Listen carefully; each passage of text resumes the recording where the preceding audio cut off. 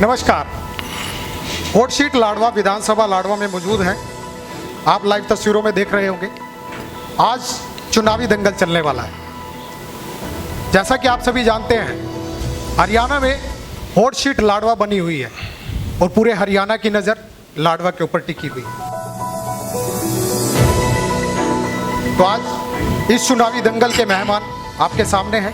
Bharatiya Janata party से हमारे साथ प्रदेश कार्यकारिणी के सदस्य डॉक्टर गणेश दत्त जी मौजूद हैं। कांग्रेस पार्टी से वार्ड नंबर 6 के पार्षद देवेंद्र मान जी मौजूद हैं। इंडियन नेशनल लोक दल से सीटी बुल्लर जी यहाँ पर मौजूद हैं और आज़ाद उम्मीदवार समाज सेवी श्री संदीप गर्ग जी तरफ से अमित जी यहाँ पर मौजूद हैं। और हमारे इस कार्यक्रम की शोभा बढ़ाने के लिए आए वरिष्ठ पत्रकार शैलेंद्र चौधरी जी और पवन सोंटी जी। तो सभी को नमस्कार करता हूं। मैं विनोद यादव इस समय लाडवा विधानसभा से आपके साथ लाइव जुड़ चुका हूं।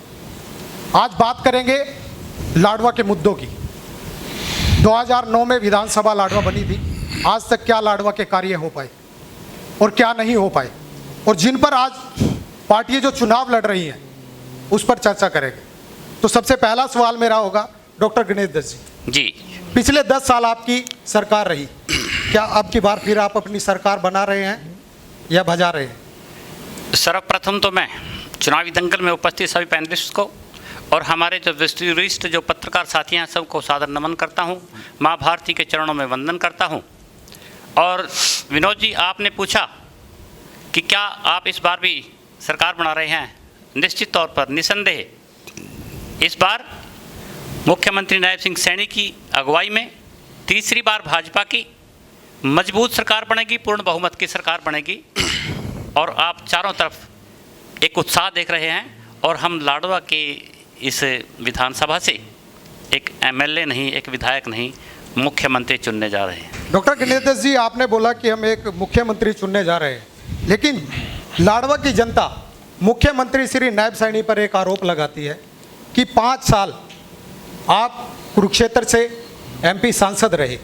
कभी आपने लाडवा में झांक कर देखा? नहीं, देखिए ऐसा है कि एक सांसद का एक क्षेत्र बहुत बड़ा होता है और नायब सिंह सैनी वास्तव में एक सरल स्वभाव के व्यक्ति हैं, एक कर्मठ व्यक्तित्व हैं और एक गरीब परिवार से होने के कारण उनको समाज के हर वर्ग का, हर गांव का एक ऐसा रहता है कि वो मिलें। और अभी भी आप देख रहे हैं सबसे मिल रहे हैं। और 5 साल के कार्यकाल में जहाँ भी सहयोग बना, जहाँ भी उनका रहा, लाडवा में भी उनके अनेक चक्कर लगे, अनेक बार सब मिलना हुआ सबसे। और जितने भी योजनाएं कुछ भी अगर ऊपर केंद्र सरकार की तरफ से सहयोग राशि आई है तो विभिन्न कार्यों में उन्होंने सहयोग किया है और वो रहे हैं। नायब सैनी जो है 2014 में नारायणगढ़ से उन्होंने चुनाव लड़ा और वहाँ से जीते। तो जब उनकी जन्मभूमि नारायणगढ़ है तो उन्होंने नारायणगढ़ से चुनाव क्यों नहीं लड़ा? इसका कारण साथी ये है कि वास्तव में भारतीय जनता पार्टी एक ऐसा राजनीतिक दल है जिसमें हमारा नेतृत्व जो निर्णय करता है उसमें सभी को मानना होता है। माननीय मुख्यमंत्री नायब सिंह सैनी जी उस समय वहाँ से विधायक थे और प्रदेश सरकार में मंत्री रहे। उसके बाद केंद्रीय नेतृत्व ने निर्णय लिया कि आप अब विधानसभा में नहीं, आप देश की सबसे बड़ी सभा में, लोकसभा के लिए आप अपनी तैयारी कीजिए, कुरुक्षेत्र आपका केंद्र स्थल रहेगा। इसीलिए उनको आना पड़ता है। हमारे यहाँ कोई मना नहीं करता, एक केंद्रीय नेतृत्व का जो निर्णय करता है हम उसको ही स्वीकार करते हैं। विधानसभा कोई भी हो, हमारे हरियाणा में 90 विधानसभा है, सबका एक गढ़ बना होता है।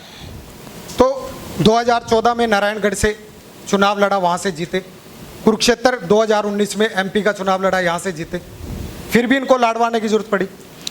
मैंने अभी पहले कहा, यही तो एक खूबसूरती है कि पार्टी जिसको जहाँ से चाहे वहाँ भेजती है, समय स्थिति के अनुरूप, एक बात।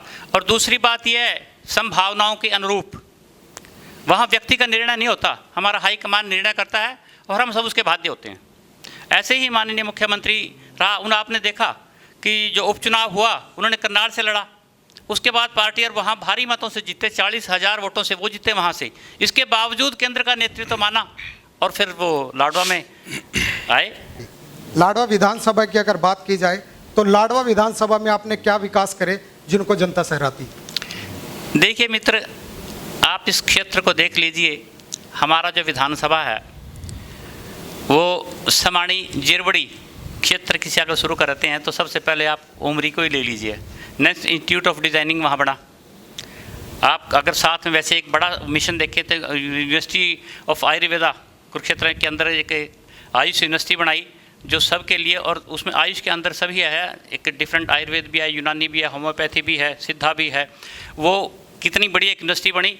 और उसके बाद आप पीपली के अंदर देख लीजिए, वहाँ हमारा मधुमक्खी पालन केंद्र बना। आप बहलोलपुर के ये जो बहोड़ी है, आप उसके अंदर देख लीजिए कि किस प्रकार से पशुपालन के लिए जो है ना एक हॉस्पिटल, पशुओं के लिए एक बड़ा हॉस्पिटल बना। आप मथाना के अंदर आ जाइए, केंद्रीय विद्यालय बना करके इस प्रदेश के, इस इलाके की जनता के लिए शिक्षा का केंद्र बनाया गया। आप सबसे बड़ी आप बात देख लीजिए कि भारतीय जनता पार्टी के इस शासन के अंदर ही लाडवा उप मंडल बना है। एसडीएम यहाँ बैठते हैं, और ये बहुत भारी एक बड़ी डिमांड थी यहाँ। तो हम जो है ना कब से इस बात की बाहर जोड़ रहे थे। और आप अब इधर हमारी यहाँ देख लीजिए कि ये बहलोलपुर है, IIT वहाँ ITI वहाँ बना है जी। आप देख लीजिए यहाँ हमारे बड़ाजपुर के सीवरेज ट्रीटमेंट प्लांट वहाँ बना है जी। तो आप जहाँ भी देखेंगे विकास की एक अलग है, जो चीज़ प्रत्यक्ष में है उसको प्रमाण की आवश्यकता नहीं होती है, जो मैंने बताया है। इसी प्रकार से सड़कों का जाल बिछाने का कार्य किया गया। आपके सामने से एक हाईवे बनने जा रहे हैं, ये आप देख लीजिए। हर डिस्ट्रिक्ट हमारी सरकार ने जो है ना, हर जिला मुख्य जो सड़कों से जोड़ने का कार्य किया है। छोटी सड़कों को मैं मानता हूँ कि अभी बहुत भारी सुधार है, क्योंकि खंडर हमने इंफ्रास्ट्रक्चर को मजबूत किया है। क्योंकि पहले आपने देखा कि मैं मानता हूं कि हमने जो कार्य किया है पिछले, उस जो कमजोरियां थी उनको भी, खड्डों को भरने का कार्य किया, और साथ में एक नया नव निर्माण का कार्य करके इस क्षेत्र को भी हमने प्रतिनिधित्व दिया। मुख्यमंत्री खुद लाडवा विधानसभा से चुनाव लड़ रहे हैं, लेकिन सड़कों की हालात आप देख सकते हैं अभी भी टूटी पड़ी है। इससे पहले मैं आपको बात बताई कि अभी क्या है कि छोटी सड़कें, क्योंकि बरसात के समय में कुछ सड़कें इस प्रकार का निर्माण था कि कहीं पानी रुकता है, कई बार क्या है कि वो नव निर्माण जो हम हाईवे बना रहे हैं, जो ओवरलोडिंग जो है इन्हीं सड़कों से गुजरती है, जिसके कारण सड़कें टूटती हैं जी। तो अब हम क्या है कि जो मिशन है हमारा कार्य अभी रुका नहीं है, हम और ज़्यादा मजबूती से कार्य करने जा रहे हैं। उस पूरे क्षेत्र के अंदर जो है वो कार्य करेंगे। ये सड़कें आप आने वाली 8 तारीख के बाद फिर सरकार आने वाली है, और इसके लिए सारे हम तत्पर हैं। तो एनडीसी का आरोप लगाकर विपक्ष की पार्टियां जो हैं आपके साथ चुनाव लड़ रही हैं, क्यों देवेंद्र जी? जी बिल्कुल, एनडीसी ही एक मुख्य मुद्दा नहीं है। सबसे पहले तो मैं आपके जो प्रथम आपका सवाल था उस पर आऊँगा कि आपकी सरकार जो बीजेपी है, आपने इनको कहा डॉक्टर गणेश जी को कि 10 साल आपने सरकार राज किया, क्या आप वर्तमान में भी सरकार बनाने जा रहे हैं? सबसे पहले तो मैं ये कहना चाहूँगा कि मीडिया के माध्यम से कि कोई भी सीट अगर 90 हलकों में सेफ होती है तो वो सीट होती है जहां मुख्यमंत्री चुनाव लड़ता है। आज की डेट में नायब सैनिक को खुद के लाले हैं जीतने के। नायब सैनिक को प्रचार करने के लिए केंद्र के मंत्री को यहाँ बुलाना पड़ता है। उनकी पत्नी गली गली घूम रही है। नगर पालिका की वो करोड़ों रुपए की सड़कें मैं मानता हूँ कि घूम घूम के तोड़ने का काम करेंगे, तोड़ भी चुके हैं। तो जिस मुख्यमंत्री की खुद की सीट पक्की नहीं है, जिसके ये विश्वास नहीं है कि मैंने काम किया है, क्योंकि जनता जागरूक है, जनता को पता है कि सिर्फ ये चुनावी लारा लगाने वाले लोग हैं। चुनाव के समय में अभी इनको 500 रुपये का सिलेंडर याद आ गया। यही वो लोग थे जिन्होंने 1100 रुपये का सिलेंडर किया था। यही वो लोग हैं जिन्होंने आशा वर्करों पर डंडे मारने का काम किया था। यही वो लोग हैं जिनकी सरकार में 736 किसानों को शहीद होना पड़ा था। यही वो लोग हैं जिन्होंने 3 काले कानून जबरदस्ती किसानों के ऊपर थोपे थे। यही वो लोग हैं जो सरपंच अपने हक मांगने के लिए चंडीगढ़ गए थे, वहाँ पे लठों से बौछारें की गई थी, लठों की और पानी की। यही वो लोग हैं जिन्होंने फैमिली आईडी बना के गरीब आदमी का इनकम जानबूझ के बढ़ा के उसके BPL राशन कार्ड को काटने का काम किया। मैं आपको एक उदाहरण दूंगा। मैं 2005 से 2015 तक पार्षद था। 2008 में भूपेंद्र सिंह हुड्डा जी के नेतृत्व में मेरे वार्ड से 279 राशन कार्ड BPL बने थे, जबकि उससे पहले इनेलो के टाइम में सिर्फ 29 राशन कार्ड थे। तो सरकार की एक सोच, कांग्रेस की एक सोच रही है गरीब आदमी के हमेशा भलाई के लिए काम करना। लेकिन मौजूदा सरकार जो बीजेपी की रही, उसने गरीब लोगों के हकों पर कुठाराघात किया, गरीब लोगों को तरसाया है। गरीब आदमी हर टाइम कैफे वाले के पास खड़ा रहा, मेरा राशन कार्ड कट गया, मेरा राशन कार्ड कट गया। और मजे की बात यह है कि शहर में आप जाके कहीं भी पता कर लो, फैमिली आईडी की इनकम ठीक नहीं हुई, 3-3 हज़ार रुपए दे के फिर वो लोगों ने ठीक भी कराई, फिर रिश्वत दे के वो कहाँ से ठीक होगी? आप कहते हो कि एनडीसी में पवन सैनी, में खुला नाम लेता हूँ, पवन सैनी का भतीजा, वो अपने आप को भांजा कहता है, मनीष, एक कच्चा कर्मचारी यहाँ से कम 3.5 से 4 करोड़ रुपए का हेरा फेरी करके यहाँ से चला गया। अब चुनाव के समय क्यों भेजा उसको? यहाँ रखते, क्यों आपने उसकी ट्रांसफर ऑफ पेवा करी, इस्माइलाबाद करी? उसको यहाँ रखना था ना, उसका चेहरा स्टेज पे दिखाते, आप वोट मांगते उसके नाम से। आपके मुख्यमंत्री को यहाँ जीतने के लाले हैं, उसका खुद का बीजेपी का खुद का सर्वे है कि सबसे कम वोटों से जो हारेंगे तो ये लाडवालके से हारेगा। यहाँ वो जीत के लिए नहीं हारे, सिर्फ ये मार्जिन के लिए आए हैं कि यहाँ पूरे हल्कों में अगर वो 4 में किसी और में हारते तो यहाँ का मार्जिन उनका कम रहेगा। लेकिन मैं मीडिया के माध्यम से ये कहना चाहता हूँ कि उनके हम सारे भ्रम तोड़ देंगे। रिकॉर्ड तोड़ मतों से यहाँ से मेवा सिंह जी विधायक बनने जा रहे हैं। और लाडवा हल्के, आपने एक सवाल और किया कि यहाँ विधायक बदलने की प्रवृत्ति है। इस बार लोग विधायक की वोट नहीं डालेंगे, इस बार लोग मंत्री की वोट डालेंगे मेवा सिंह जी के पक्ष में।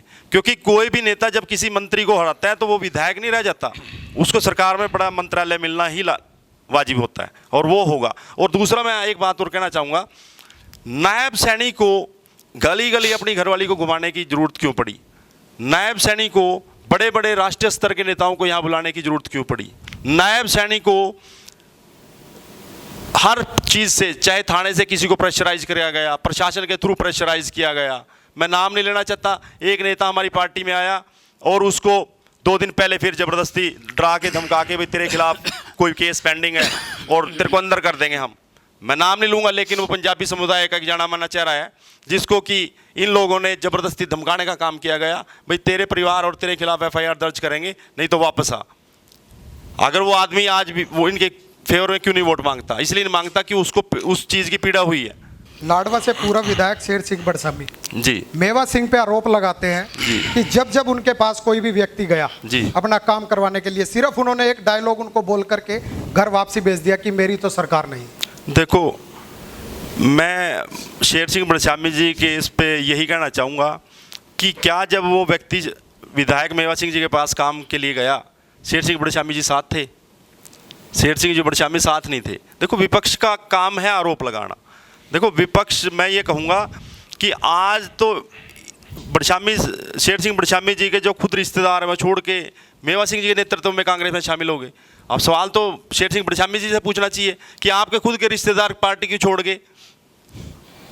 ये तो सवाल अब इनेलो से पूछना चाहिए, क्योंकि इनेलो अब रही नहीं, धरातल पे उसका कोई वजूद नहीं रहा, सिर्फ अब बयानबाजी है और ये बौखलाहट है कहीं ना कहीं कि मेवा सिंह जी यहाँ भारी मतों से जीत रहे हैं। इनेलो पार्टी के हमारे पास कार्यकर्ता मौजूद है, स्वीटी बुल्लर जी, क्या कहेंगे आप इनकी बात?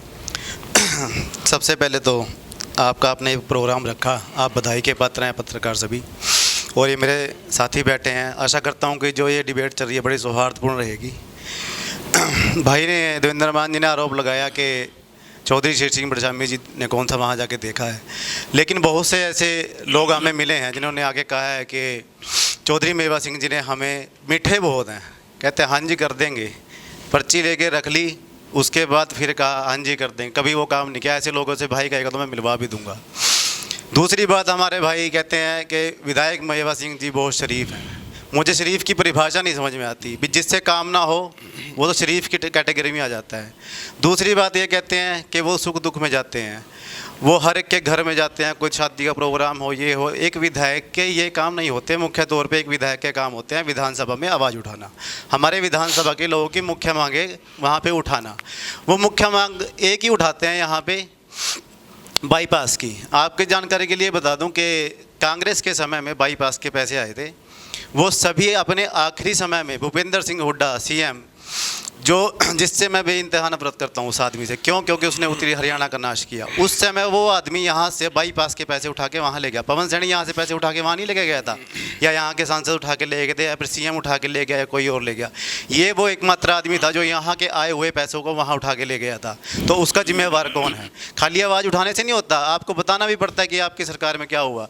ये वही, अब भाई हमारे आरोप भी लगा रहे हैं कि उनकी पत्नी जगह जगह घूम रही है। लोकतांत्रिक देश है, आपको हर गली में जाना पड़ेगा, वोट मांगने पड़ेंगे। ऐसे ही हम भी जा रहे हैं, आप भी जा रहे हो। हर एक आदमी अपने अपने हिसाब से इलेक्शन लड़ता है। ऐसे टास्क तो अच्छे नहीं लगते, लेकिन विधायक सिंह मेवा सिंह ऐसे विधायक हैं, 5 साल के अंदर चिट्टे की बात करते हैं हमारे भाई, हमेशा की है इन्होंने। क्या 5 साल के अंदर एक बार भी विधायक मेवा सिंह जी ने एक भी मीटिंग ली है? किसी छोटे लेवल के अधिकारी की भी एक भी मीटिंग नहीं ली कि हमारे एरिया में चिट्टा फैल रहा है, आप इसके लिए क्या कर रहे हो? किसी एसडीएम की ली हो, किसी एसएचओ की ली हो, कभी ली है? ऐसे कहने से कुछ नहीं होता। शराफत इतनी शराफत रखनी है, घर बैठ जाओ, क्या करोगे आप विधायक बन के? विधायक मेरे को बनाओ, मान जी को बना दो, आप में से मैं किसी एक आदमी को विधायक बनाता हूँ, मैं बताता हूँ विधायक की ताकत क्या होती है। उन आदमियों को अपनी ताकत का नहीं पता, वो अपना मांग पत्र देने जाते हैं, उनके साथ सैकड़ों समर्थक जाते हैं, इसके कांग्रेस के नेता भी जाते हैं, जिसमें मनदीप भी थे और भी थे, शालू बंसल भी था, सभी वहाँ गए अपना मांग पत्र देने गए। एसडीएम लेवल का अधिकारी एक विधायक के आगे कोई ज़्यादा बड़ा नहीं होता, छोटा सा अधिकारी होता है। नीचे वो एसडीएम जी विज्ञापन तक नहीं लेने आए, उनका रीडर लेने आया, तो उनको अपनी ताकत का अंदाजा नहीं है, वो आम आदमी की आवाज़ कैसे उठा सकते हैं? क्या कहेंगे देवेंद्र मान जी? देखो, नशे की जो बात है उसमें हमने विधायक जी ने उनके मार्गदर्शन में ही सबने आवाज़ उठाई है। अकेले मेरे नहीं है भाई, अगर पार्टी का कोई नहीं होगा तो मैं कैसे आवाज़ उठाऊंगा अगर मेरे साथ कोई 4 आदमी नहीं खड़े होंगे। पार्टी की एक नीति है और पार्टी का मैनिफेस्टो में मेन एजेंडा है, ये हमारा 7वां नंबर, ये मेन एजेंडा है कि हम नशे को यहाँ से नहीं, नशा पूरे हरियाणा की समस्या है, इसको आने वाली कांग्रेस सरकार पूरी जड़ से ख़त्म करेगी। सर्वमान्य है कि इनेलो और बीजेपी का अंदर खाते पहले से समझौता चलता रहा है, चाहे वो राज्यसभा की वोट देने की बात रही हो, चाहे वो राज्यसभा में वोट देने की बात रही हो, चाहे मौजूदा हालात में इस विधानसभा चुनाव में एलनाबाद में सीट का समझौता करने की बात हुई हो, तो कहीं ना कहीं इनेलो की देखो अंदर खाते बात रहती है। और मैं आपको एक नई बात बता दूं, बहुत लोगों का नहीं पता, अभय सिंह चौटाला का भी एक मुकदमा है आय से अधिक संपत्ति का। जब से 10 साल आए हैं वो मुकदमा कहाँ गया? कि मीडियम से गायब हो गया। कहाँ गया वो मुद्दा? बीजेपी की वजह से तो बचे हैं, किसकी वजह से बच गया आज वो मुद्दा कहाँ गया आय से अधिक संपत्ति का? तो ये इन लोगों के, इनेलो के लोगों के से मुंह से ये बात अच्छी नहीं लगती कि विधायक मेवा सिंह जी ने आवाज़ नहीं उठाई। अपने स्तर पे उन्होंने जितनी चली उनकी उन्हें आवाज़ उठाई है। और मैं ये आपको विश्वास वादा करके जाता हूँ यहाँ मीडिया के बाद, 8 तारीख को 8 बजे हम उन सबकी दुकानें बंद करने का काम करेंगे सरकार के आते ही। आपने समर्थन की बात करी देवेंद्र मान जी, तो आपकी भी एक नेता है जिनकी आवाज़ उठाई जा रही है कि वो बनने के बाद जो है भारतीय जनता पार्टी को ज्वाइन करेंगी, सिरसा से जो एमपी भी है, कुमारी शैलजा जी। देखो, कुमारी शैलजा जी हमारी पार्टी की बहुत ही कदावर नेता हैं और ये इस तरह की जो अफवाहें होती हैं वो विपक्ष का काम होता है उठाना। पार्टी ने उनको बहुत मान सम्मान दिया है और वो पार्टी के लिए जी जान से वो भी काम कर रही हैं और वो पार्टी में थी और पार्टी में रहेंगी। इस तरह की अफवाहें हैं, बस इसके अलावा कुछ नहीं। क्या कहेंगे आप? जो आखिरी बात है, पहली बात तो मैं उसी पे आ जाता हूँ कुमारी शैलजा जी की।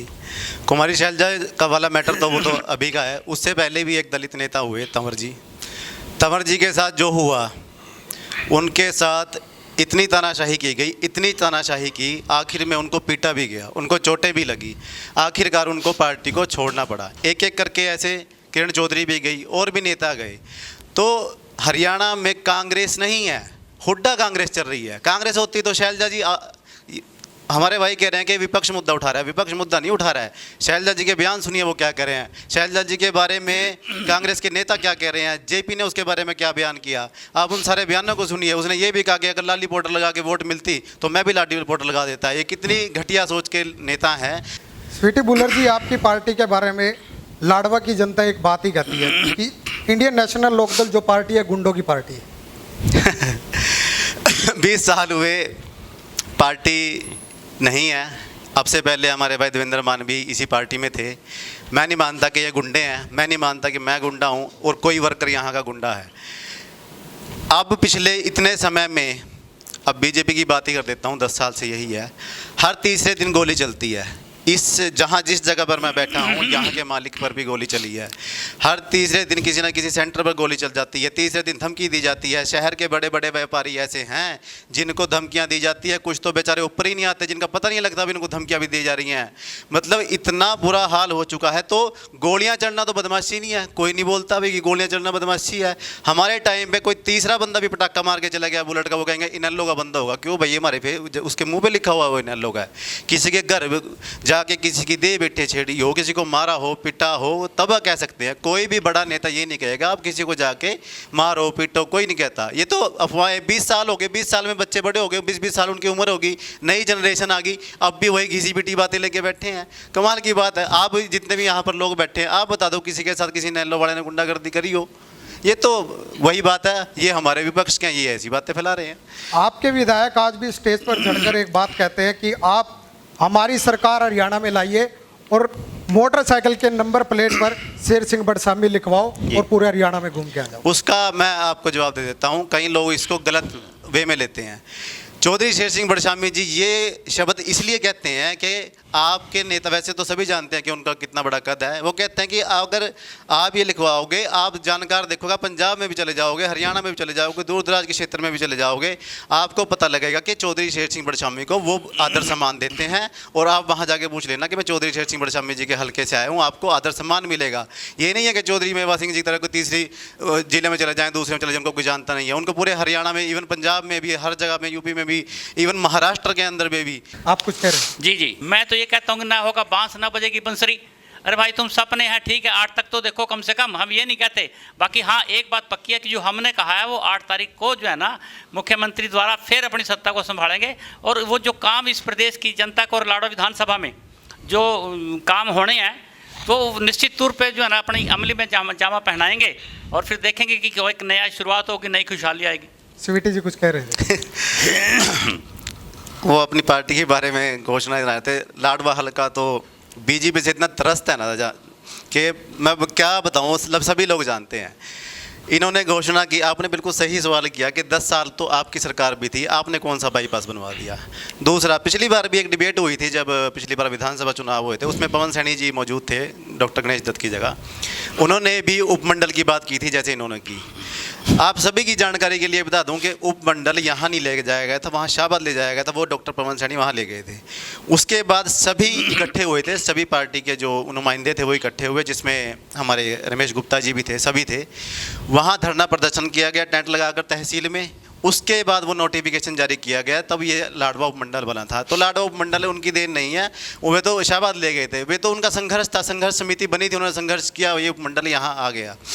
दूसरी बात, और आप लोगों ने यहाँ पर मांझी के 6 वार्ड के पास उसी समय पवन सैनी जी ने बड़ी बड़ी बातें की थी, उस स्विमिंग पूल के बारे में, उस पार्क के बारे में। कहाँ गया? किसी ने देखो तो मेरे को बता दियो भाई, अगर वो स्विमिंग पूल किसी को दिखता हो, कोई तैर रहे हो वहाँ, कोई पार्क वहाँ चल रहे हो, वहाँ कुछ नहीं है, वहाँ पे गंद खिंडा हुआ है। आपने स्टेडियम की बात की थी, स्टेडियम के हालात जाके देख लो, वहाँ पे जो स्टेडियम बनाया है वो पूरा नहीं हुआ, ऐसे ही पड़ा है। और जो नवीन जिंदल के टाइम में यहाँ स्टेडियम घोषित किया गया था वो फॉर्मेलिटी के लिए, आज वहाँ कूड़ा इतना पड़ा है, इतनी गंदगी होती है, मतलब बुरा हाल। गणेश साहब तो अभी अपनी सरकार बनाए बैठे।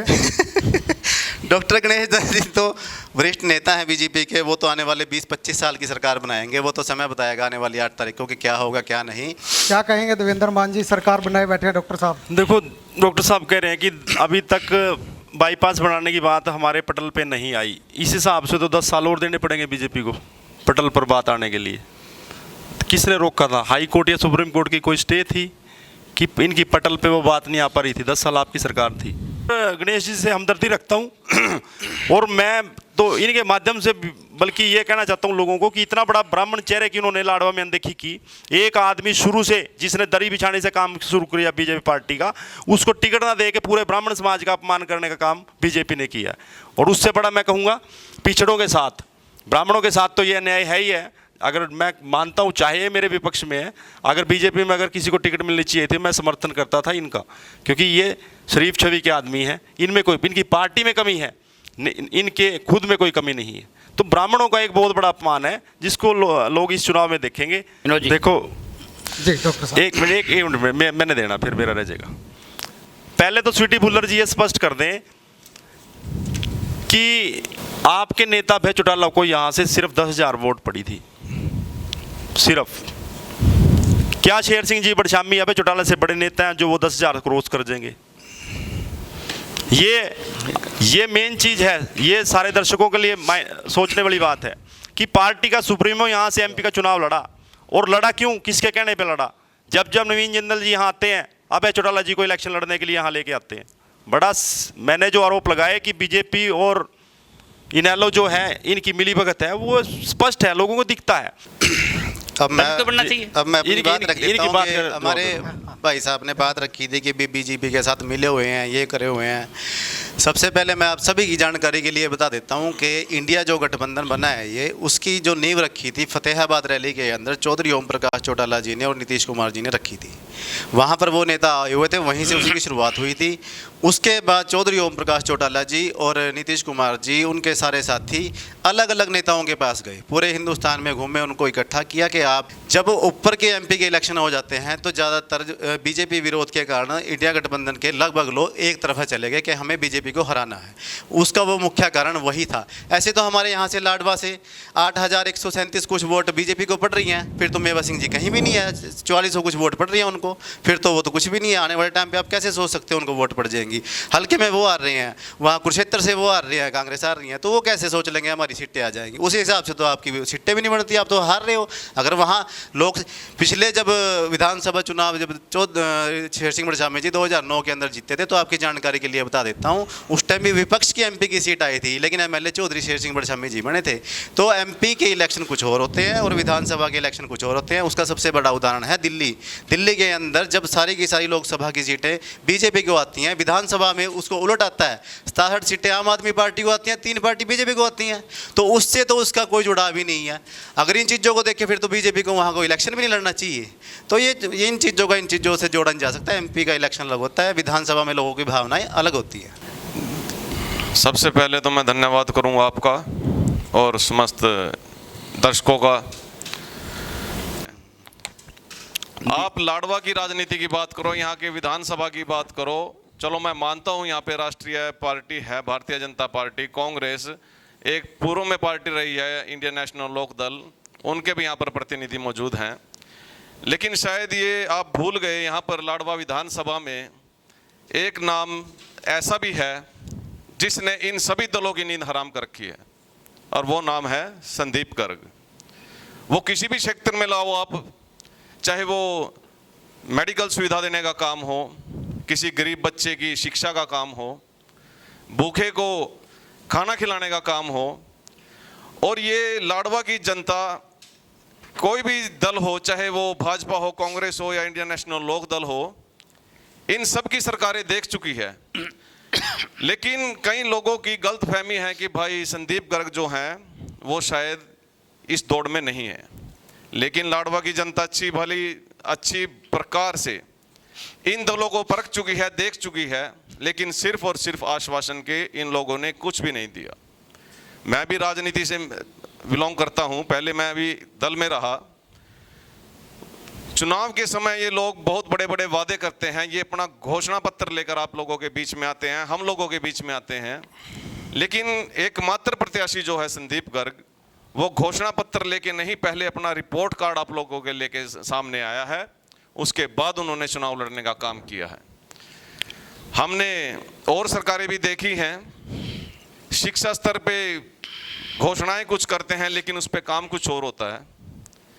चाहे वो आयुष्मान योजना हो, पता लगता है कि भाई वो कार्ड इस हॉस्पिटल में नहीं चला, वो उस हॉस्पिटल में नहीं चला, चलो वो सरकार की कहीं ना कहीं नाकामयाबी है।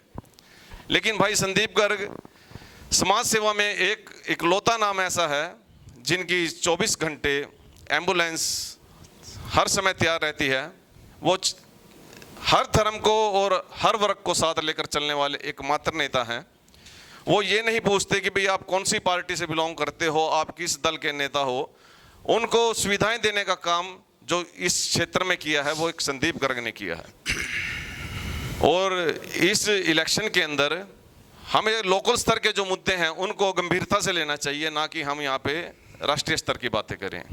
अभी भाई मान जी ने बहुत अच्छी बात कही थी कि कमेटी के अंदर बहुत बड़ा घोटाला हुआ है। मैं भी उस चीज़ से वाकिफ़ हूँ, लाडवा की सभी जनता उस चीज़ से वाकिफ़ है, कोई अनदेखा मतलब इससे अपरिचित नहीं है। तो इन्होंने एक व्यक्ति का नाम विशेष लिया, लेकिन दूसरे व्यक्ति की बात में ये एक समुदाय का नाम लेकर मतलब अपनी बात को ख़त्म कर गए। लेकिन आपको मालूम होगा लाडवे का जिस समय प्रधानगी का इलेक्शन था तो एकमात्र चेहरा जो था संदीप गर्ग। क्या उसके चेहरे से नगर पालिका के प्रधान का चुनाव नहीं लड़ा गया? उन्होंने भी दिन रात एक करके नगर पालिका के अध्यक्ष को बनवाने का काम किया है, लेकिन आज वो लोग सिर्फ अपनी राजनीति रोटियां सेक कर अपने घर बैठ गए हैं। इन नेताओं के पास मतलब हाजिरियां लगाने का काम करने तक सीमित रह गए हैं। वो उसमें चाहे जिला परिषद के मेंबर हों, चाहे किसी वार्ड की छोटी छोटी समस्या हो, भाई संदीप गर्ग उस समस्या को मजबूती से कराने का काम करते हैं। लेकिन वही बात है कि भाई बिना सरकार के सहयोग से कुछ नहीं होता। ये लोग मंत्री भी रहे, यहाँ से एमएलए भी बने, और यहाँ तक कि मुख्यमंत्री का चुनाव इस सीट को मतलब एक हॉट सीट के रूप में बना दिया गया है। लेकिन एकमात्र जो मतलब नाम है संदीप गर्ग, वो लोगों के दिल में अपनी एक पहचान बना चुका है, एक जगह बना चुका है। तो संदीप गर्ग निश्चित तौर से यहाँ से जीत दर्ज कर रहे हैं। ये कोई दिखावे की राजनीति नहीं कर रहे, ये अपना रिपोर्ट कार्ड सामने लेके लोगों से इस चीज़ का जवाब लेके कि मैं राजनीति करूंगा तो मैं उस काम को और बेहतर तरीके से करा सकता हूं। संदीप गर्ग जी जो चुनाव लड़ रहे हैं, क्या रिपोर्ट कार्ड है उनका, एक बार बताएंगे? आपके सामने है। हर गांव के अंदर मेडिकल कैंप लगाने का काम किया है, जिसमें आंखों के टेस्ट 10,000 से ज़्यादा वो चश्मे बांट चुके हैं। आप किसी भी गांव वाले से पूछ सकते हो, यहाँ पर बहुत दर्शक बैठे हैं। 50 रुपये में मात्र मेडिकल टेस्ट, वो पूरे शरीर का बॉडी टेस्ट होता है, जो हर वार्ड के अंदर, हर गांव के अंदर हमारी मेडिकल वैन गई है।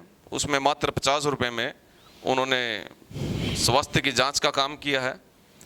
और यहाँ तक कि अभी पीछे आपने देखा होगा, बाढ़ आई थी इधर शाहबाद एरिया में। कोई नेता मतलब सिर्फ ये लोग क्या करते हैं, फूड पैकेट लेकर फोटो खिंचवाने का काम करते हैं। लेकिन एकमात्र संदीप गर्ग एक नाम ऐसा है जिसने ट्रैक्टर पे बैठ के घर घर जरूरतमंद को और भूखे को भोजन पहुंचाने का काम किया है। तो क्या ये लोग उस चीज को समझते नहीं हैं? सिर्फ यहाँ बैठकर बड़ी बड़ी बातें करने से कुछ नहीं होगा। मैं कहना चाहता हूँ उस काम को करके दिखाना होगा, और भाई संदीप गर्ग ने उस काम को करके दिखाया है। कुछ दिन पहले समाज सेवी श्री संदीप गर्ग जी ने भारतीय जनता पार्टी को ज्वाइन किया था। सबसे पहले उन्होंने लोकसभा की टिकट की मांग की, उसके बाद विधानसभा की टिकट नहीं मिली तो आजाद उम्मीदवार बनकर जो है धरातल पर उतरे। वैसे आप भली भांति परिचित होंगे, पहले संदीप गर्ग जी किसी और दल से भी शायद बिलोंग करते थे, लेकिन उन्होंने एक ऐसे दल को चुना कि जिसमें जाकर मैं एक अपनी पहचान को और मजबूत बना सकता हूं। लेकिन वही बात है कि यहाँ के लोकल स्तर के नेता, अगर कोई नेता आगे बढ़ने की कोशिश करता है तो उसको उभरने नहीं देते। लेकिन एकमात्र संदीप गर्ग एक ऐसा नाम था कि जो हर काम को सरकार के भरोसे नहीं, अपने दम पर करवाने का इरादा रखता था। और कहीं ना कहीं इन लोगों को खतरा महसूस हो गया था कि भाई शायद ये हमारी राजनीति ख़त्म ना कर दे, तो उसको अहमियत देनी बंद कर दी गई थी। कहीं भी कोई मीटिंग होती थी या कहीं पे भीड़ इकट्ठी करनी होती थी तो इनको संदीप गर्ग याद आता था। लेकिन जब वो अहमियत जो इनको मिलनी चाहिए थी वो इन्होंने नहीं दी। और भाई मेरे मान ने एक और बात कही थी कि भाई जिस तरह पंजाबी समुदाय से जो व्यक्ति बिलोंग करता है और वो राजनीति का अपने आप को चाणक्य कहता है, आज उसकी राजनीति जो जीरो हो चुकी है, उनकी बात का एक मुद्दा बन जाता है। लेकिन भाई संदीप गर्ग जी ने पब्लिक की डिमांड को देखते हुए आज़ाद प्रत्याशी के रूप में अपना पर्चा भरा है, और इस इरादे के साथ कि भाई मैं शायद इनके दिल की आवाज़ को विधानसभा में अच्छे तरीके से उठा सकूं, तो इनका राजनीति में आने का भी महत्व मतलब ये रहा है। दीप जी के बारे में तो क्या कहूँ, चलो उनकी अपनी सोच है। अपने हिसाब से अगर उनकी सोच है कि मैं राजनीति में आके सेवा कर सकता हूँ, बल्कि मैंने एक पत्रकार महोदय का बोला था, वो कहते थे लोकसभा से संदीप जी को टिकट मिलने जा रही है। मैंने उनको उस टाइम भी कहा था कि लोकसभा में संदीप जी को छोड़ो, विधानसभा की टिकट कोई पार्टी नहीं देगी, और वो सच भी हो गई। वो पत्रकार महोदय मान भी है कि आपको सारा कुछ पता था। उसको चाहे ये कह लो कि दूसरा पार्टी चाहती है कि भाई ये ना आए, ऊपर ना नहीं आना चाहिए, ये नहीं आना चाहिए, लेकिन जो ये सेवाओं की बात करता है हर एक आदमी, क्योंकि कहीं ना कहीं स्वार्थ की राजनीति भी हो जाती है उसमें, क्योंकि ये काम करके छोटे छोटे ये सोचते हैं कि हम आगे इसमें बढ़ जाएंगे, एमएलए के एमपी के में। तो शुभकामनाएं उनको भी, वो अपनी तरफ से सेवा कर रहे हैं, कई लोग करते थे। उस सेवा में एक चीज़ मेरे पास आई थी, अब वो सही है गलत है, क्योंकि कई जगह घोषणाएं हो जाती हैं भी मैं ये करूँगा, मैं वो करूँगा, लेकिन वो धरातल पर खरी नहीं उतरी हैं कई जगह। संदीप जी के साथ हमारे भी अच्छे संबंध हैं, लेकिन एक व्यक्ति कहीं आदेश हॉस्पिटल में जाना था तो उन्होंने बोला था कि 50,000 तक का खर्च मैं उठाऊंगा। वो लड़का वहाँ गया, वहाँ जाकर उसने कहा जी इतना खर्चा आएगा 50,000, तो उसने यहाँ बात की 50,000 तक का तो खर्चा उठा ही रहे हैं संदीप जी। तो उन्होंने यहाँ कॉल की तो उन्होंने कोई बात नहीं मैं बात करता हूँ। अब जो खर्चा 50,000 तक का जो अस्पताल ने बताया था, 1 घंटे के बाद वो खर्चा 1 लाख रुपए बता दिया गया था। तो ये भी चीज़ें होती हैं, बस ज़्यादा मैं इस बात पे जाना नहीं चाहूँगा कि बहुत सी चीज़ें ऐसी ऐसी चीज़ें हमारे पास बहुत आती हैं। घोषणाएं तो कोई कर दे, धरातल से जो उठ के आते हैं वो नेता कोई कोई होते हैं। आप जैसे चौधरी शेर सिंह बड़शामी जी हैं, वो धरातल से उठे हुए नेता, वो ऐसा नहीं है अभी आए और आज इलेक्शन लड़ने लग गए। उन्होंने अपने छात्र जीवन से ही राजनीति की है। पहले यहाँ आपको सभी को पता है उस बारे में, यूनिवर्सिटी के अंदर रोहतकियों का नरवाणियों का राज होता था। हमने भी देखा है उन चीज़ों को, मतलब बाद में महसूस उसका इम्पैक्ट काफ़ी टाइम तक रहा उन लोग। तो उस टाइम तक नरवाणियों का राज होता था, रोहतक के यहाँ पर राज करते थे, प्रधान उन्हीं का बना करता था। लेकिन एकमात्र चौधरी शेर सिंह बड़शामी जी ने आवाज़ उठाई थी कि यूनिवर्सिटी हमारी, स्टूडेंट हमारे ज़्यादा, तो वो हमारे ऊपर कैसे राज कर जाएंगे, वो प्रधान कैसे बन जाएंगे। उन्होंने हर क्षेत्र में जाके हर विद्यार्थी को जागरूक किया कि आप लोग जागरूक हो, वो लोग जागरूक हुए। तो उसका ये रिज़ल्ट आया कि यूनिवर्सिटी का जो पहला प्रधान उत्तरी हमारे यहाँ क्षेत्र का बना था वह चौधरी शेर सिंह बड़शामी जी थे।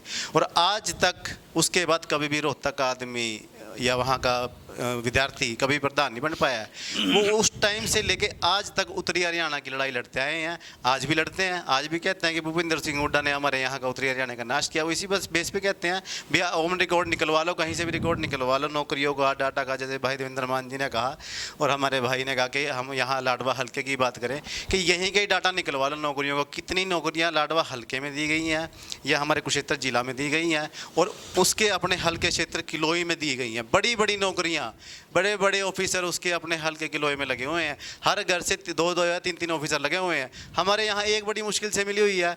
डॉक्टर गणेश जी कहते हैं हमने इतने लोग रोजगार दे दिए, कहाँ दे दिए? सारे तो नशे में पड़े हैं युवा। दिखता है आपको कोई कहीं नौकरी करता हुआ? पढ़े पढ़े अच्छे जो वेल एजुकेटेड बच्चे हैं वो ऐसे ही घूम रहे हैं सड़कों पे, क्योंकि घूम रहे हैं, फ्री होते हैं, नशा करते हैं, चोरी होती है, चोरी करते हैं, कभी डकैती होती है, फिर ये गोलियाँ चलती हैं, बुरे हाल होते हैं, यही मतलब फिरौतियाँ मिलती हैं। तो बहुत बुरा हाल चुका है, धरातल पे कुछ नहीं है, कोई नौकरियां नहीं है। सिर्फ आंकड़ों में बताते हैं भी हमारे बीजेपी के भाई डॉक्टर गणेश दत्त जी, लेकिन धरातल पर कुछ नहीं है। सभी हल्का वासियों को पता है। एक प्रश्न पूछना चाहूँगा। एकमात्र नाम शेर सिंह बड़शामी जो पूरी हरियाणा में हाईलाइट हुआ है, जिसने राजनीति का स्वरूप को बदला है, ये हमारे लिए भी एक गर्व का विषय है कि बड़शामी हमारी विधानसभा में गाँव है। लेकिन मैं भाई से ये पूछना चाहूँगा, अभी हम 3-4 दिन पहले गाँव बड़शामी में ही थे। उस गांव की जो दुर्दशा हमने देखी, गोडो गोडो पानी इस गांव में खड़ा है। यहाँ तक कि वहाँ जो खेड़ा मंदिर है वो भी पानी में डूब चुका है। मतलब उसमें पानी निकाल के तब लोग वहाँ पूजा करने जाते हैं। कि जिस आदमी ने पूरे हरियाणा की राजनीति को किया हो, क्या वो अपने गांव का सुधार नहीं कर सकता? लोग पूछते हैं आज सवाल ही। आप सब जानते हैं कि शेर सिंह बड़शामी चौटाला राज में मुख्य सलाहकार के रूप में रहे और चौटाला के बाद अगर किसी का काम हुआ तो उनका हुआ। लेकिन बात तो ये है ना, जब वो राज था, वो सत्ता था, लाडवे हल्के के कितने लोगों के काम हुए।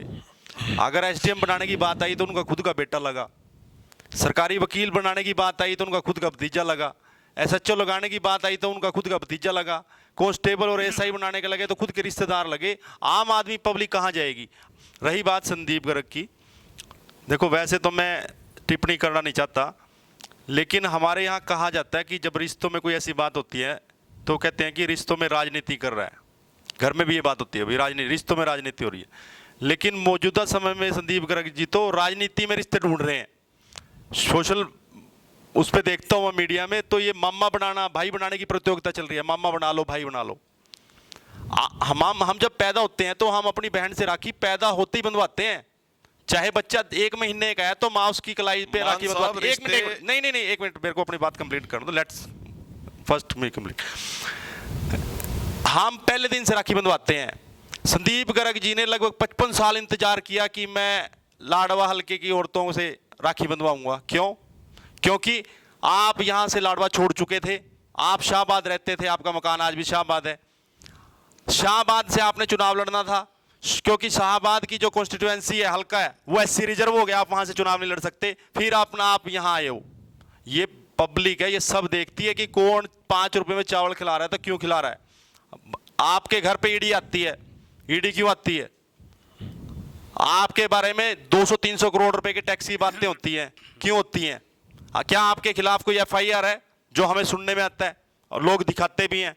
बताओ आप मीडिया में आके कि मेरे खिलाफ कोई भी फर्जी कंपनी बनाने में कोई एफआईआर दर्ज नहीं है कहीं पे भी इंडिया में। आप पब्लिक में इस बारे में जाके बातें कहो। सिर्फ ये कहने से कि मैंने 500 औरतों को इकट्ठा कर लिया, गरीब औरतें हैं, आप उनको बहला फुसला के बुला रहे हो, सिर्फ एक राखी बंधवा के आप इमोशनल ब्लैकमेल कर रहे हो उन लोगों को, उन लेडीज को। उनको तो राजनीति का ABCD भी नहीं पता जिनको आप मोहरा बना रहे हो। अगर आपने राखी बंधवानी थी तो उससे पहले कहाँ गए थे आप? कोई हाई कोर्ट की स्टे थी क्या? अभी एक कल उस पर आया फेसबुक पे कि संदीप गर्ग जी 5000 युवाओं को नौकरी देंगे। भाई पीछे कहाँ चले गए? 5 साल से लाडवे में हो, 3 साल से हाई कोर्ट ने स्टे लगा रखा था क्या? संदीप गर्ग ने नौकरी नहीं लगानी, लगा लेते, किसने रोका था? क्योंकि अब चुनाव आ गया तो आपको नौकरियां भी याद आ गई। अब आप फोटो लगाते फिरते हो, राखी बंद की हाथ की, यहाँ आपके हर बैनर पे है। वो लेडीज आपको हमदर्दी दे सकती हैं, वोट नहीं दे सकती, क्योंकि उन्होंने अपने बच्चों का भविष्य देखना है। ठीक है, मैं जवाब देना चाहूँगा। मान साहब ने एक बहुत गंभीर बात कही है कि इनको आज लाडवा विधानसभा की बहनें याद आ गई। अरे आपके नेताजी तो 5 साल विधायक थे, तो आप लोगों ने इनके साथ रिश्ता बनाने की बात क्यों नहीं सोची कभी? क्या किसी ने मेवा सिंह जी को रोका था कि वो भी कोई त्योहार एक धूमधाम से मना सकते थे? और जो बात हो रही है राजनीति की ABC की, मैं मानता हूं इस चीज को कि उन महिलाओं को नहीं राजनीति का पता, लेकिन वो दिल से भाई संदीप गर्ग जी के साथ हैं। वो डेली कार्यालय में आ जाती हैं कि भाई हमारा जो इतना साथ दे रहा है व्यक्ति, हम उसके लिए प्रचार करेंगे। और रही बात शाहबाद और लाडवा की, ईडी की, भाई 5 साल विधायक यहाँ से मेवा सिंह जी रहे। शायद मान साहब को ये नहीं पता होगा, ये बेशक अधिवक्ता हैं, कि एक विधायक को फंड मिलता है अपने कार्यालय को सुचारू रूप से चलाने के लिए। क्या इन्होंने कभी उस चीज़ की जरूरत महसूस नहीं समझी? आज जो भाई संदीप गर्ग ने अपना कार्यालय खोल रखा है, वो कोई अपने निजी स्वार्थ के लिए नहीं खोल रखा। जो काम मौजूदा विधायक को करने चाहिए वो भाई संदीप गर्ग निःशुल्क करके दे रहा है। चाहे उसमें किसी की फैमिली ID की बात हो, चाहे वो किसी की क्रेशन की बात हो राशन कार्ड में। तो ये सिर्फ एक पॉलिटिकल मुद्दे हैं ये, और कुछ नहीं है। आपने देखिए- नशे की बात थोड़ी देर पहले की थी मान साहब, जी। कि नशे की बात, कि भारतीय जनता पार्टी रही 10 साल, जी। वो नशे नहीं दूर कर पाई। जी, जी, जी। लेकिन 5 साल तो आपके भी विधायक रहे, लाडवा से नशा नहीं खत्म कर पाए। देखो ये नशे की समस्या एक लाडवे की समस्या नहीं है, ये पूरे हरियाणा की समस्या है। और मान साहब का ये कहना था, इनका आरोप था कि भाई शेर सिंह जी ने अपना लड़का SDM लगवाया है। स्वीटी जी का कहना था कि भाई इन्होंने पूरी विधानसभा से कोई नहीं लगवाया है। लेकिन मैं आपको बताना चाहूँगा, एकमात्र नेता संदीप गर्ग जिसने खुलेआम घोषणा की है मेरी 25 एकड़ लैंड जो यारी में है अपनी ही विधानसभा में, कि वहाँ पर है, और वहाँ बिना किसी भेदभाव जाति पाति के, कि भाई जो पढ़ा लिखा जिस लेवल का युवा है उसको हम वहाँ पर रोजगार देंगे, ये उनकी प्राथमिकता है। कि भाई साहब कह रहे थे कि हमारे तो मुख्यमंत्री जैसे हैं। भाई मैं ये बता देता हूँ कि मेरे लिए सौभाग्य की बात है कि लाडवा की जनता इस बार मुख्यमंत्री चुनना जा रही है, और आपको कहीं जाने की जरूरत नहीं है। इसका हर घर का, हर परिवार का, हर क्षेत्र का, जहाँ सभी 90 विधानसभाओं में काम होंगे, लाडवा विधानसभा CM सिटी है, यहाँ एक विशेष कार्य होंगे। बस मैं इतनी बात कहने थे कि आने वाली सरकार नायब सिंह सैनी की सरकार होगी। हमारे साथ वरिष्ठ पत्रकार हैं, मैं चाहूंगा कि 2 बातें वो भी करें। जी नमस्कार। देखो पहली तो बात बड़े मजे की, ये चुनाव राष्ट्रीय स्तर तक घूम गया। मेरे को ये लगा था अमेरिका के राष्ट्रपति बनना चला गया, जिस लेवल पे हम गए। लाडवा विधानसभा का चुनाव बड़ा रोचक है, बड़ी नौजवान विधानसभा है। 2009 में प्रकाश में आई और 19 का जाके हटा। आज 24 के लिए हमें चौथी दफा, 3 दफा तीनों दलों, 3 मुख्य दल हैं हरियाणा के जो काउंट हो रहे हैं आज भी, तीनों को मौका दे चुकी है लाडवा विधानसभा। पहली बार जिसको दिया चाहे शेर सिंह बड़शामी जी थे, इनेलो के थे। उससे पहले उनकी 5 साल पहले तक सरकार थी, लेकिन उस समय डॉक्टर साहब के भी याद होगा, देवेंद्र जी के भी याद होगा, और ये तो भाई साहब उस पार्टी से हैं ही। तीनों कैंडिडेट इनेलो पृष्ठभूमि के थे। शेर सिंह बड़शामी जी इनेलो से थे, मेवा सिंह जी बीजेपी की टिकट पे थे, इनेलो के थे, कैलाशो सैनी जी कांग्रेस की टिकट पे थी, इनेलो की थी। लोगों ने देखा इनेलो वाली चुनना, ढंग का चुन लो, तो शमी साहब को चुन लिया गया। दुर्भाग्य सौभाग्य जो भी है वो सत्ता में नहीं आए, लेकिन उसके बाद कुछ न कुछ खामी मेरे ख्याल से रही, वोट उनका डाउन होता चला गया। 32,000 वोट पे वो जीते। अगली बार 39,000 लेके भी हार गए, उनकी पत्नी आई उनकी जगह। उसके बाद 15,500 तक सिमट गए, कहीं ना कहीं संभावनाओं पे खरे नहीं उतर पाए। दूसरी बार स्थिति आई, एक लहर थी मोदी जी की, आज भी मोदी जी के चेहरे पे चुनाव होता है, लहर थी, पवन सैनी जी जीत गए, वो 42,000 लेके जीत गए। पिछली बार 45,000 लेके हार गए, वोट ग्रो किया, हार गए। जो मौजूदा विधायक हैं 21,750 पे हार गए थे, तब भाजपा के बैनर पे थे, कांग्रेस के बैनर पे 57,000 लेके जीत गए, ग्रो किया। अगर तीनों स्थितियों में देखें पार्टी वाइज, लाडवा में 2 पार्टियों का ग्राफ उठा है, बीजेपी और कांग्रेस का।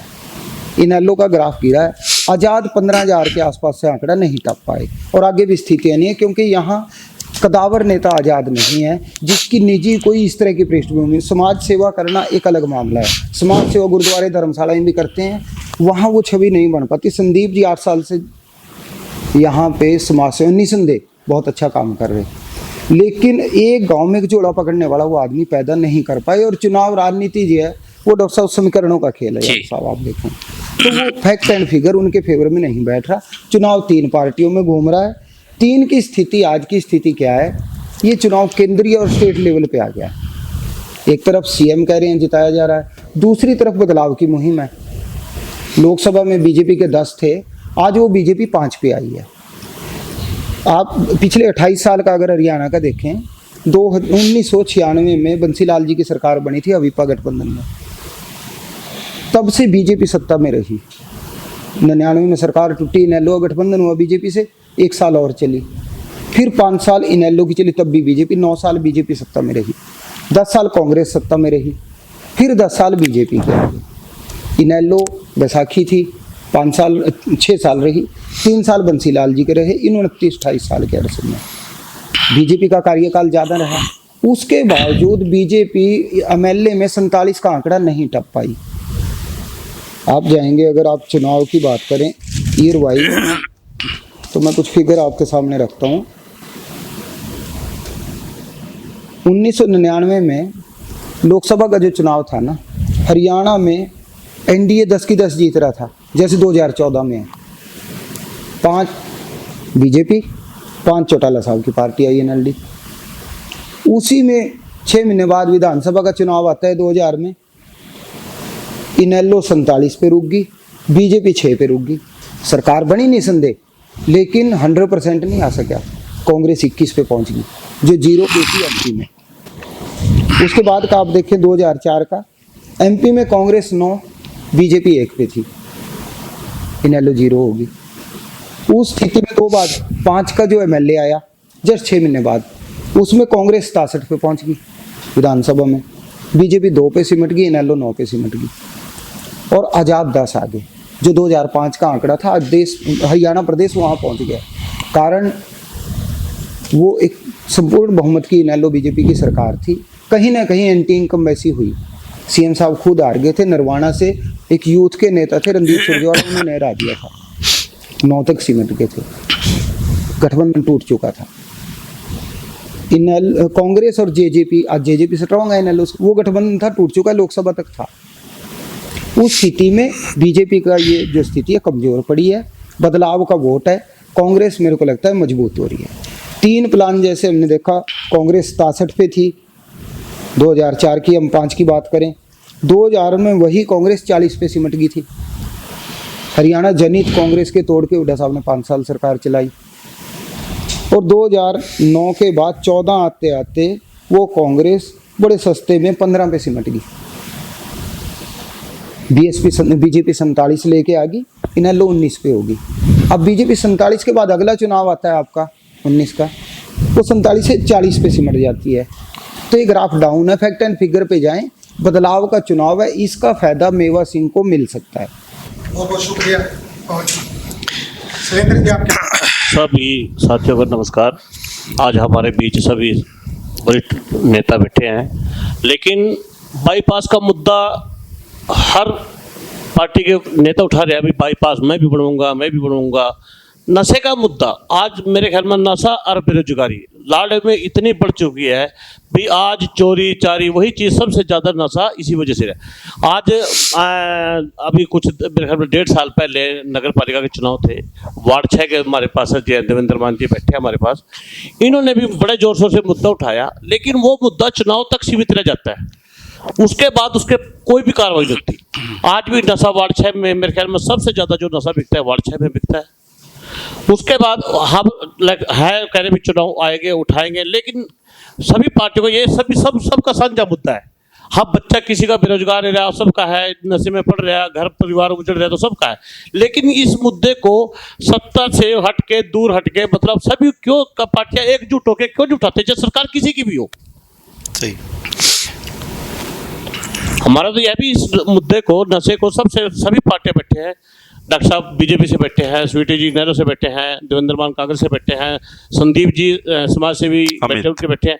लेकिन मैं ये कहता हूँ भी हम इसको लड़ाई को अगर एक पार्टी क्यों बढ़ाते हैं, ये तो साझा मुद्दा है, सबको इसको क्यों नहीं उठाते। बेरोजगारी और नशा अगर ये देश से खत्म हो जाएगा, हमारे लाड़ू से खत्म हो जाएगा, तो मेरे ख्याल में किसी को भी किसी से रोजगार न मांगने की जरूरत पड़ने की, ना किसी को किसी परिवार से किसी के पीछे नेता के पीछे भागने की जरूरत पड़ेगी। तो क्या कहोगे इसमें सर? शैलेंद्र जी, आपने नशे की बात करी, बिल्कुल बहुत अच्छी बात करी कि हमारे जो राजनीति है वो वोट तक सीमित रही है। हमारे बिल्कुल सर दिया है, किसी का नशे की तरफ नहीं ध्यान है, ना युवा पीढ़ी की तरफ ध्यान है। बहुत अच्छी बात है कि सभी पार्टियों को एकजुट होकर नशा खत्म करना चाहिए। तो ये भी एकजुट होकर काम करना चाहिए कि मेडिकल सुविधाएं किसी को नहीं मिल रही, बिल्कुल करनी चाहिए। शिक्षा में सुविधा नहीं मिल रही, बिल्कुल। तो ये भी पार्टी को एकजुट होकर ये एकजुट होकर करना चाहिए। लेकिन जब युवा जागरूक होगा, नशे से दूर होगा, बेरोजगारी को रोजगार मिलेगा, उसको मेरे ख्याल में अपना परिवार पालने के लिए किसी को शिक्षा की उसकी जरूरत नहीं पड़ेगी मेडिकल की, वो खुद अपना परिवार का पालन पोषण कर सकता है। लेकिन जब खुद नशे में है, बेरोजगार है, वो क्या करेगा अपने परिवार के लिए? उसको तब जरूरत पड़ेगी शिक्षा की, व्यवसाय की, उसकी मेडिकल की, जब वो लाचार होगा, बेरोजगार होगा, उसको कुछ सुविधा नहीं होगी। अगर ये चीज़ पहले तो हम नशे को नशा खत्म करेंगे, बेरोजगार को युवा को रोजगार देंगे, तो उसके बाद वो अपने आप अपना परिवार चलाएगा। ऐसी बात के पहले भी चलता रहे, आगे भी चलते रहेंगे। लेकिन सबसे बड़ा मुद्दा है बेरोजगारी का और नशे का। मेरे हिसाब से इसको सभी नेताओं से मेरी अपील है भी चुनाव के बाद भी, आज चुनाव में भी इसको मुद्दा उठाओ और इसको जितना से ज़्यादा हो सके तो इसको साथ मिलकर इसको खत्म करें। लाड़ो विधानसभा की अगर शैलेंद्र जी बात की जाए तो आसपास के एरिया जितने में बबैन हो गया, इंद्री हो गया, रादौर हो गया और आपका पिपली हो गया, सबसे ज़्यादा जो सामाजिक संस्थाएं लाड़वा में है। जब लाड़वा पे विपत्ति आई तो सामाजिक संस्थाओं ने साथ दिया, कोई राजनेता बीच में नहीं आया। नहीं, ऐसा नहीं कह सकते। देखो, राजनेता कुछ लोग आए हैं, मेरे उसमें लोगों ने समाज सेवा भी की है, राजनीति में भी वैसे भी किया, लोगों ने सेवा किया, बढ़ चढ़ कर सेवा की है। सेवा करना राजनीति तो मैं मानती नहीं, इसको सेवा करने को तो राजनीति नहीं मानते नहीं, मैं इसको होनी भी चाहिए राजनीति में। अगर सेवा करनी तो राजनीति नहीं है। वो हमारे उस पर एक पूरे देश पे विपदा आई, उसमें सभी ने उसको, चाहे पत्रकार हो, चाहे डॉक्टर हो, चाहे राजनीतिक हो, चाहे सामाजिक हो, कोई भी है, हर इंसान ने उसमें पूरे बढ़ चढ़ कर भागीदारी की और सभी ने उसमें उसमें लड़के अपने उसमें सहयोग करके सरकार को इस बीमारी से निजात दिलाई। अभी आप आजाद उम्मीदवार संदीप जी की तरफ से बैठे भी कुछ बात कह रहे थे कि जब बाढ़ का समय था, समाज सेवी श्री संदीप गर्ग जी ने जितना बढ़ चढ़ कर भाग लिया किसी राजनेता ने नहीं। बिल्कुल सही है। अगर संदीप की तरह अगर समाज सेवी संदीप गर्ग जी हैं हमारे, उन्होंने अच्छा यहाँ समाज सेवा के लिए कार्य कर रहे हैं। अब वो कहते हैं भी राजनीति में आऊँगा, मैं लोगों की भलाई के लिए और कार्य करूँगा। लेकिन अगर उस टाइम सरकार ने भी ऐसी बात नहीं है, बाढ़ के परिवारों को वहाँ परिवार में मुआवजा भी दिया, सरकार का जो है वो भी दिया। लेकिन अगर उस टाइम एकजुट होके सभी के सभी उसके मैदान में आते तो मेरे ख्याल में लोगों को सरकार से भी सुविधा लेने की जरूरत नहीं पड़ती। अगर वो देखिए, समाज सेवी ने फिर भी सेवा करी, लेकिन उसको आज राजनीतिक स्टंट बता दिया गया। बिल्कुल सर, आप सेवा कर रहे, राजनीति में आए हैं, तो राजनीति में जब आएंगे तो उसको विपक्ष तो उसको मुद्दा बनाएगा ही बनाएगा। हरियाणा हॉट सीट विधानसभा लाडवा से आज आपने चुनावी दंगल देखा।